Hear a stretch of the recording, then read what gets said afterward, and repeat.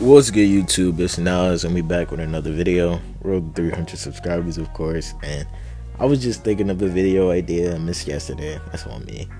I needed a break, but I'm gonna be talking about Demarcus Cousins. And Demarcus Cousins' boogie was different in his peak. Like, it was a short peak, but it could have. I really thought it was gonna last longer, but obviously that wasn't the case, and he was stuck in Sacramento for a number of seasons. He was stuck rotten in Sacramento, where he couldn't put his talents on full display and he couldn't compete anything, and the Sacramento Kings were just mediocrity.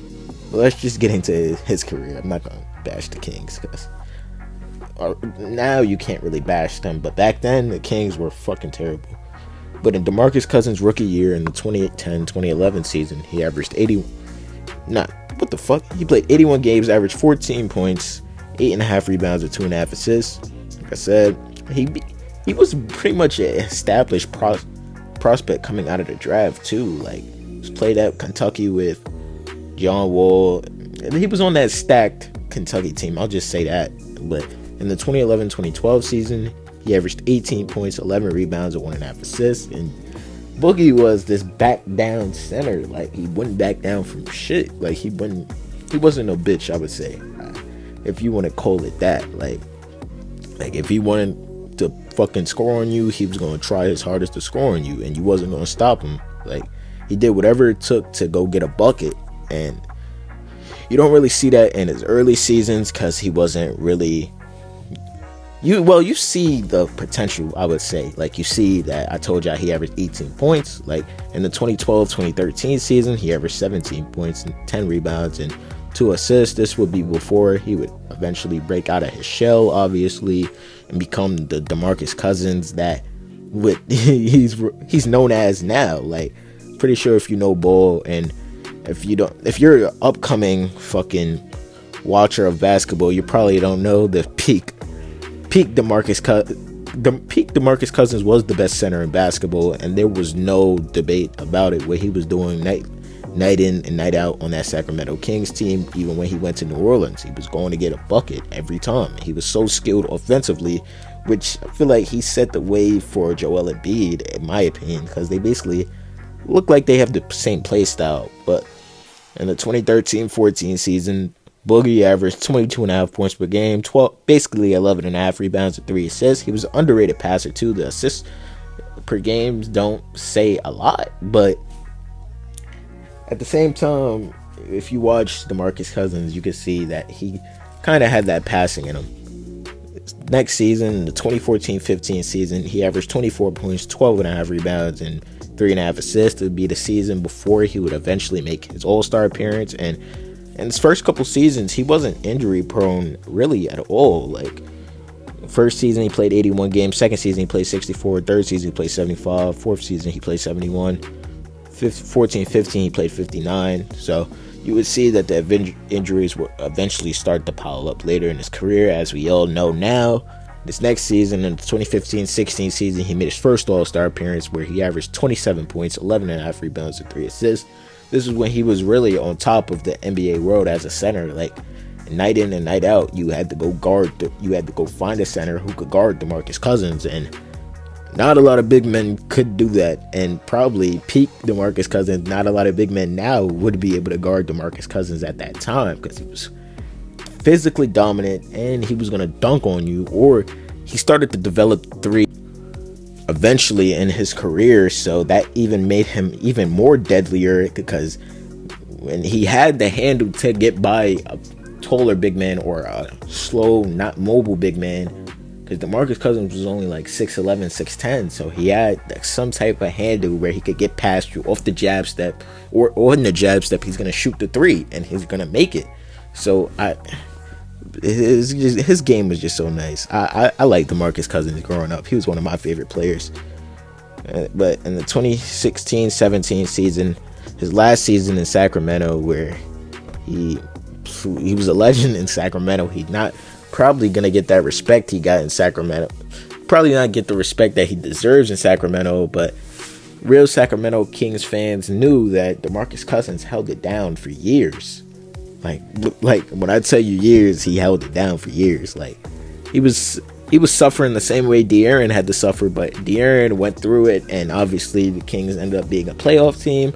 That didn't end up happening for Demarcus Cousins at all. He got drafted to the Kings, and he saw his first couple seasons thrown away. Like, he spent 1, 2, 3, 4, 5, 6, 7. He played 7 years in Sacramento, and obviously he would only have really a 2-year stand of him being the best center in the world. So it's crazy how it could all go downhill. But before he was traded, he averaged 28 points, 10.5 rebounds, and basically 5 assists. His best playmaking season. Like I said, he was an underrated passer, and the Kings did him dirty too. Like, he went in night in and night out, and performed just for you to trade him during the All-Star break, while they're at the practice. So you couldn't really talk about it. And he was traded to New Orleans, where they gave him Anthony Davis. So they gave him a competitive piece to play with. But you could at least let your star player know that he was getting traded. That's like the Luka Doncic trade now. But imagine Luka Doncic was at the All-Star game while the Mavs traded him for Anthony Davis. But Anthony Davis would have been at the All-Star game too, which would have been weird. But when he played in New Orleans, he only played 17 games. The rest of the season, I'm pretty sure they didn't make the playoffs. He averaged 24.5 points per game, 12.5 rebounds, and basically 4 assists. And him and AD were dominant. Like, they were the best duo on the planet, in my opinion. Like, what they did night in and night out. I'm pretty sure they both had fucking 40 and they both had over 13 rebounds. So that just shows how dominant they were. And AD at the 4 was a monster. Boogie at the 5 was a monster. And in the next season, they were the number 1 seed before Boogie would end up going down in the 2017-18 season. Demarcus Cousins averaged 25 points, 13 rebounds, and 5.5 assists. Yeah.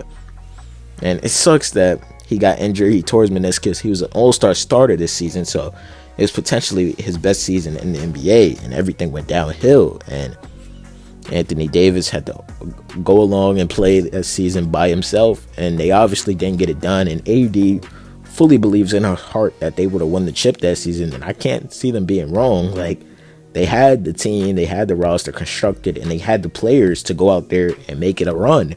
And if Boogie and AD would have kept that up come playoff time, they would have been fucking crazy. But Marcus Cousins ended up leaving AD, and that would be the worst decision of his career, I would say.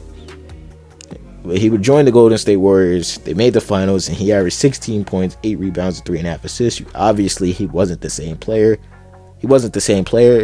He ended up getting injured again during the offseason when he went to go join the Los Angeles Lakers. He was sat out that season. He went to Houston. He averaged 9.5 points per game, 7.5 rebounds, and 2.5 assists. In the 2020-2021 season, when he made a return to the NBA, he went to the Houston Rockets. He was on that ugly Houston Rockets team before James Harden got traded, obviously. Played 25 games, 20 minutes. He averaged 9.5 points per game, 7.5 rebounds, 2.5 assists. Got traded to the Clippers, where he got traded to the Clippers, and he averaged basically 7.5 points per game, 4.5 rebounds, and 1 assist. And I can't remember that season to save my life, to be honest. Like, I don't even know what happened that season. I don't even remember that happening. But in the 2021-2022 season, his last season in the NBA, he played for the Milwaukee Bucks to start out the season, where he averaged 9 points, 6 rebounds, and 1 assist. He ended up going to Denver, where he went to go back up Nikola Jokic, where he averaged 9 points, 5.5 rebounds, and 1 assist. So it's just crazy how fast you can see your career fall off. Like, I don't think y'all understand the big ass drop off that happened, where he was an all-star starter and he was he was the best center in the league, to him not being close to being the best center in the league, and him being just a regular role player on that Warriors team, not looking the same player at all. And he was getting injured a lot, and that's when the injury prone shit started to happen, right? And that injury in New Orleans, where they were on the top of the West, top of the world, him and AD were doing everything. So I just imagine how Demarcus Cousins' career would have turned out if he never tore his meniscus that season, bro. But Boogie made one hell of a career out of Obviously, him being injury prone for the rest of his career. He was a four-time All-Star 2015 through 2018. Damn, I thought he made his first. Damn, so I fucked up that shit. He's a two-time All-NBA second team in 2015 and 16, All-Rookie first team in 2011, and Demarcus Cousins ended up scoring 12,802 points. So it's obviously a bucket. He did whatever he had to do. But I hope you guys enjoyed this video. Subscribe. I got some videos right here. If you enjoyed this video you just watched, video on the right, video on the left, and click on it.